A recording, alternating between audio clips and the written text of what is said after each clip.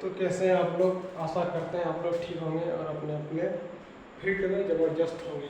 ठीक है, तो जैसा कि हम पढ़ रहे थे, पोर्चुगीज़ को पढ़ रहे थे, डच को पढ़ रहे थे, ब्रिटिश को पढ़ रहे थे क्या पढ़ लिए। और डेनिश बचा मेरा, डेनिश तो किस तरह हम ख़त्म कर ही देंगे। लेकिन आज का मेरा बड़ा टॉपिक है जिसका नाम है क्या, फ्रेंच। तो हेडिंग डालिए आप फ्रेंच। इसको हम तो प्यार से पढ़ेंगे 1664। हेडिंग डालिए आप लोग। तो फ्रेंच में क्या होता है? सबसे पहले फ्रेंच का आगमन हुआ 1664 में। तो नंबरिंग देखिए आप, तो ये पहला नंबर है, ये आखिरी नंबर है कि नहीं? तो ये कौन है? लास्ट, ये फर्स्ट एंड लास्ट। तो क्या था? फ्रेंच क्या थे? French last European ruler, last European rulers, यानी कि कौन थे? आखिरी यूरोपियंस थे। ठीक है, यूरोपियन रूलर्स जो मान लीजिए एक लास्ट यूरोपियंस थे। ठीक है, जिन्होंने क्या किया? भारत पर आगमन किया। कहाँ पर? भारत पर आगमन किया। ठीक है, अब इसमें क्या किया था? इन्होंने कई सारी फैक्ट्रियाँ इस्टाब्लिश की। सबसे पहले French east India company, French east India company, यानी कि FEIC। इसका स्थापना किसने किया? इसका इस्टेब्लिशमेंट किसने किया? समझ रहे बात को? तो फ्रेंच ईस्ट इंडिया कंपनी की स्थापना किसने की? कोलबर्ट कौन थे? कोलबर्ट थे मिनिस्टर। कहाँ के मिनिस्टर थे? कहाँ के मंत्री थे? यानी कि फ्रांस, फ्रेंच एम्परर लुइस 14वां का। यानी कि जो फ्रेंच ईस्ट इंडिया कंपनी स्थापना हुई कब हुई थी? 1664 में। और स्थापना कौन किया था? कोलबर्ट, जो कि मिनिस्टर थे कहाँ के? फ्रेंच एम्परर लुइस 14वां के। अब इसके बाद आता है 1664 में फ्रेंच का पहला 1668 में फ्रेंच का जो पहला फैक्ट्री था, पहला फैक्ट्री कहाँ स्थापना किया गया था? सूरत में। कहाँ पर? सूरत में। किसके द्वारा किया था?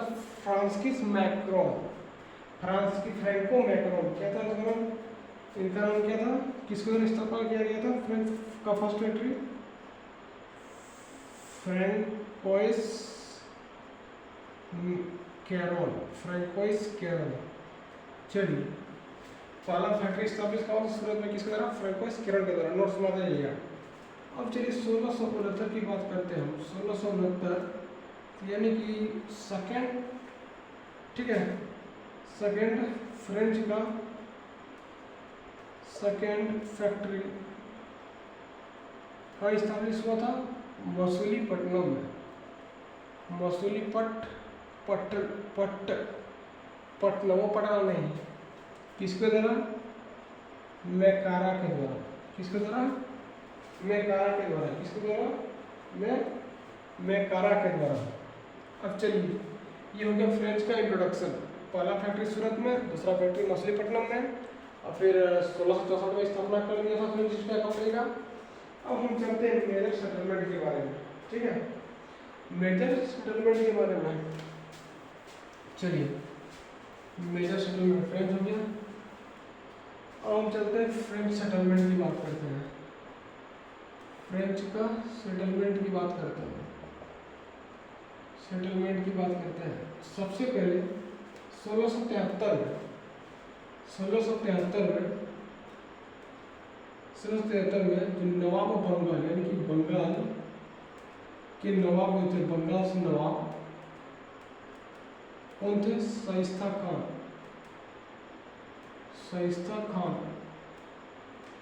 शाइस्ता खान ने क्या किया था? रेंट दिया था। किसको?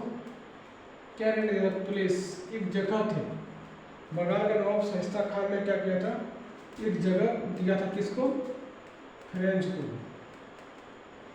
जिसका नाम था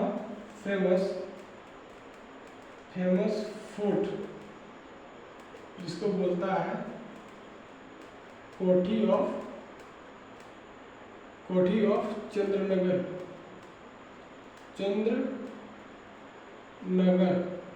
जिसको बुलाया जाता है फोर्ट ऑरियल्स।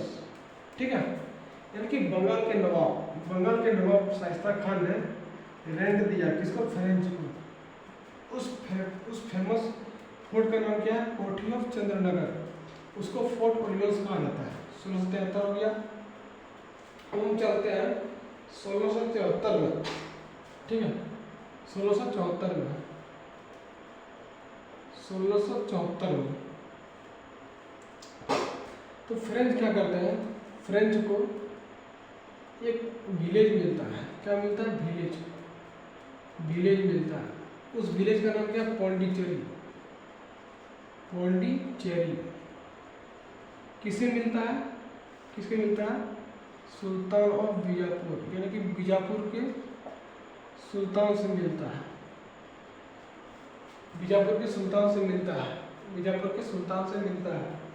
ठीक है, तो फ्रेंच क्या करता है?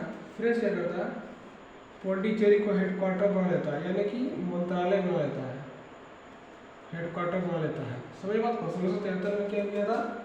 1673 में क्या मिला इनको? फोर्ट ऑरियल्स मिला। ठीक है, 1673 में। 1674 में फ्रेंच क्या किया? पौंडीचेरी को हेडक्वार्टर बना लिया, जो कि किससे मिला था? पौंडीचेरी सुल्तान बीजापुर से मिला था। ठीक है, अब समझ में आ गया आपको? अब देखिए 1693 की बात करते हैं हम। 1693 की बात करते हैं। 1693 की बात करते हैं। 1693 की बात करते हैं। 1693 की बात करते हैं। ठीक है, फ्रेंच का सेटलमेंट समझ में कहाँ आ रहा है? समझ में आ रहा है? 1693 के जो डच थे, डच क्या किया? ठीक है, Dutch help with the help of British, यानी कि ये डच है मान लीजिए, ये क्या है? ब्रिटिश है। डच क्या बोलता है? इसको बुलाता है, ये क्या कहता है? इसको बोलता है आइए ना। ठीक है, डच क्या कहते हैं? ब्रिटिश को बुलाता है। ठीक है, बुला के क्या करता है? पौंडीचेरी जो है, ये क्या? पौंडीचेरी, यानी कि लवली। ठीक है, डच क्या करता है? ब्रिटिश का मदद से पौंडीचेरी को हथिया लेता है। ठीक है, पौंडीचेरी को हथिया लेता है 1693 में। लेकिन 1697 में, ठीक है, क्या होता है? ये जो डच है पौंडीचेरी को अपना क्या बनाया था? हेडक्वार्टर बनाया था। क्या बनाया था? हेडक्वार्टर बनाया था। लेकिन ये 1697 के बाद खत्म हो गया। कैसे खत्म हुआ? कुछ तो कारण होगा। तो क्या इन्होंने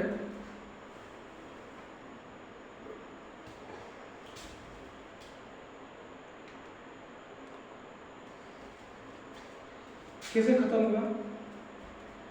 खत्म हुआ? तो यहाँ पर एक संधि बनी थी। क्या संधि की थी? ट्रीटी ऑफ राइसविक, यानी कि राइसविक संधि के कारण डच क्या किया? डच का हेडक्वार्टर जो पौंडीचेरी था वो फिर से फ्रांस का हो गया। ठीक है, Pondicherry again become headquarter of France. French का फिर से क्या बन गया? हेडक्वार्टर बन गया। अब हम चलते हैं दूसरा। समझे बात को? अब चलते 1693 हो गया। अब हम चलते 1701।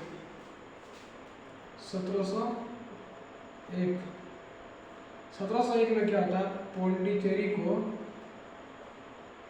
पौंडीचेरी को ठीक है, फ्रेंच क्या करता है? हेडक्वार्टर बना देता है पौंडीचेरी। फ्रेंच क्या करता है? पौंडीचेरी को हेड क्वार्टर बनाता है, हेड क्वार्टर यानी कि मंत्रालय बनाता है किसका, पूरा फ्रेंच सेटलमेंट का, यानी कि जहाँ जहाँ इनका अड्डा था, सेटलमेंट, समझ बात को, जहाँ जहाँ इनका अड्डा था वहाँ सेटलमेंट बना दिया, ठीक है। इसका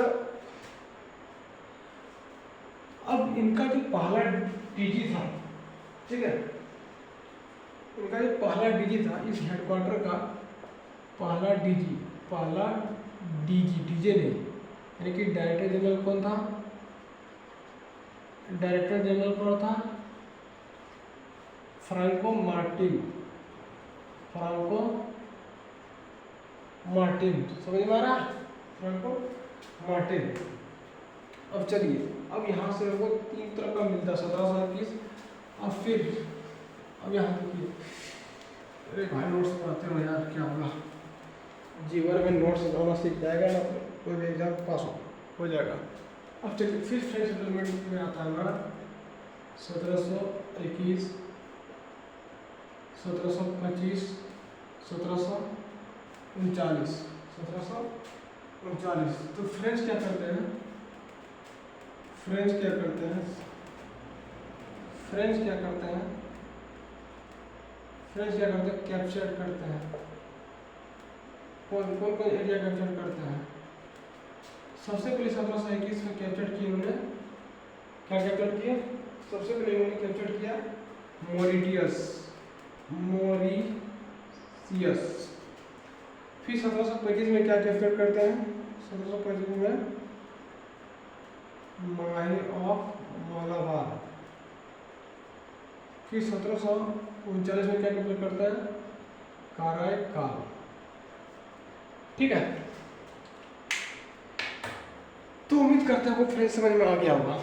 तो यहाँ से क्या होता है, कि जो यहाँ से क्या होता है, तो ब्रिटिश और फ्रेंच के बीच में लड़ाई होने लगती है, फ्रेंच के बीच में क्या होने लगती है, लड़ाई, यानी कि यहाँ पर बैटल होने लगता है। क्यों बैटल होने लगता है, क्योंकि फ्रेंच पहले क्या करते थे, फ्रेंच अपना जो काम था वो ट्रेडिंग बेनिफिट नहीं, यानी कि व्यापारिक लाभ पर काम नहीं कर रही थी, ये व्यापारिक लाभ पर नहीं काम कर रही थी फ्रेंच। वो किस पर करती, पॉलिटिकल आउटकम्स, यानी कि राजनीतिक आउटकम, यानी कि परिणाम, यानी कि राजनीतिक परिणाम पर काम कर रही थी, राजनीतिक कैसे करेंगे जो अपना टेरिटरी को बढ़ाएंगे। तो इसी कारण ब्रिटिश और फ्रेंच में लड़ाई होने लगा।